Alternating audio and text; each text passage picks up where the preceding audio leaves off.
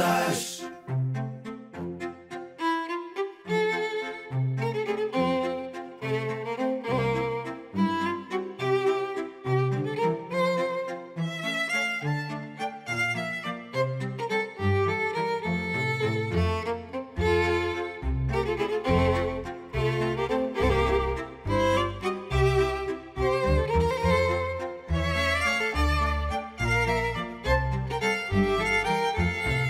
Ja, het is natuurlijk een hele reis. We zijn in de afgelopen maanden al druk bezig geweest. We staan hier vandaag bij de Wielerzegening. Dat is een onderdeel van het maatschappelijk activatieprogramma. Want er komt natuurlijk een prachtig evenement naar ons toe in 2026 met het WK veldrijden. Maar wij willen dat veel breder oppakken met een heel mooi programma voor iedere Zeeuw.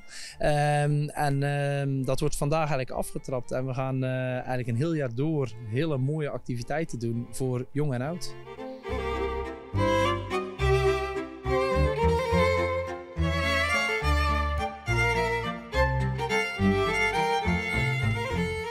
U allen die fietst en u die uit belangstelling hier vanmorgen aanwezig bent, hartelijk welkom. Het is een mooi initiatief, een mooie aanleiding om ons vandaag hier samen te brengen in de basiliek van Hulst. Pastor Wiets, een mooi nieuw evenement in Hulst en dan ingewijd hier in de kerk in de basiliek in Hulst. Hoe voelt dat? Ja, ik ben heel dankbaar dat we überhaupt dat de vraag gesteld werd door Eelco en Dennis. En dat het de startactiviteit mag zijn in de opmaat naar het wereldkampioenschap veldrijden. En dat men eraan gedacht heeft, waar mijn hart ook ligt, om God en de kerk daarbij te betrekken. En het is altijd even afwachten wat komt daarvan. Maar als we dan zoals vanmorgen hier samen waren met zoveel mensen, kun je zeggen het heeft duidelijk beantwoord aan wat we ervan verwacht hadden. Heel mooi. Maar ik wil wel even teruggaan naar 2021. Toen we in Leuven het WK kregen toegewezen. En dat was heel bijzonder. Waarom was dat heel bijzonder? We hadden één concurrent. En de concurrent was de stad Rome. En hoe mooi kan het zijn dat aftrap van het eerste side-event in de richting van het WK 2026 hier in de basiliek plaatsvindt. Ik denk dat er iemand van boven is geweest die het ons heeft gegund dat de koers, het WK in Hulst, kan plaatsvinden. We zijn de afgelopen maanden eigenlijk daar volop mee bezig geweest. Dus eigenlijk hebben we eerst een kalender gemaakt. Gekeken welke activiteiten. En daar zijn we eigenlijk al meer dan een jaar mee bezig. Om te kijken welke activiteiten willen we op die kalender. En daarna zijn we ook met samenwerkende partijen in gesprek gegaan. Want er zijn natuurlijk al zoveel mooie fietsgerelateerde evenementen in Zeeland. En het is ook heel mooi om daar als WK bij aan te sluiten. En natuurlijk net als vandaag de Wielerzegening. Dat is weer iets nieuws op de kalender. En eigenlijk hebben we in de afgelopen maanden daar vooral de voorbereiding aangebracht.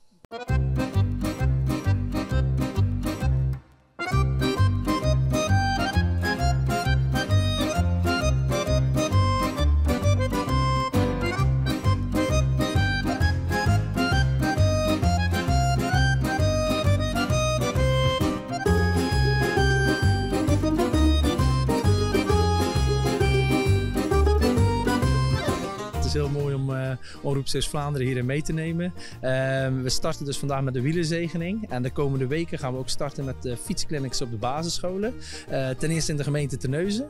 En we zijn ook te zien bij bijvoorbeeld het project Doortrappen van Hulst voor elkaar. En zo zijn er eigenlijk nog heel veel dingen die eigenlijk op de agenda staan.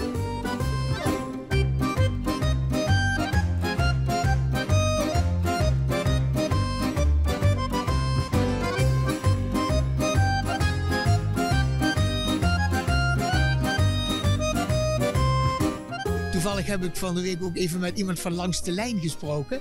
En die stelde die vraag ook. En toen begon ik te lachen. Toen zei hij, waarom lacht hij nou? Nou, ik heb eerlijk gezegd zelf mijn fiets verkocht toen ik hier in Hulst woonde. Omdat ik niet meer fiets. Ik fiets helemaal niet meer. Dus ik fiets niet. Nee.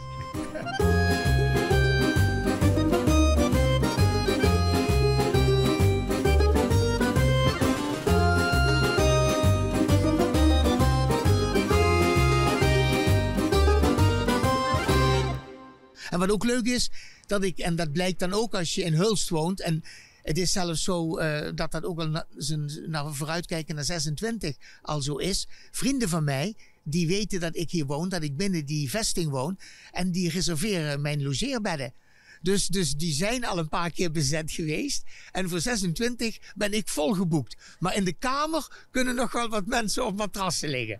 Ja. Bij deze oproep, als je nog een plekje wilt, dan kun je terecht bij Pastoor Wiets. Dat kan altijd. Dat kan altijd. Maar het is gewoon, ik vind gewoon, en dat dit naar Hulst komt.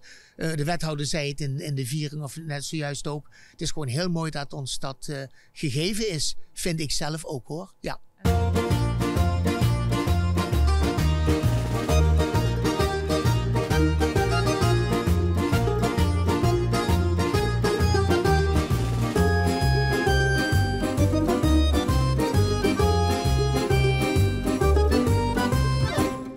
Had je zoveel mensen verwacht?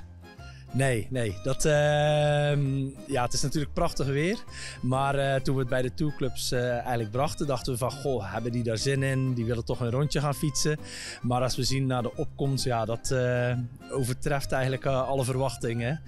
Ik hoorde net dat het ruim tussen de 100 en de 150 personen was. Dus dat is natuurlijk geweldig. Met het gewijde water, Vader, Zoon en Heilige Geest. Amen. En wie niet geraakt is door het water, is toch geraakt. Smaakt naar meer, hè?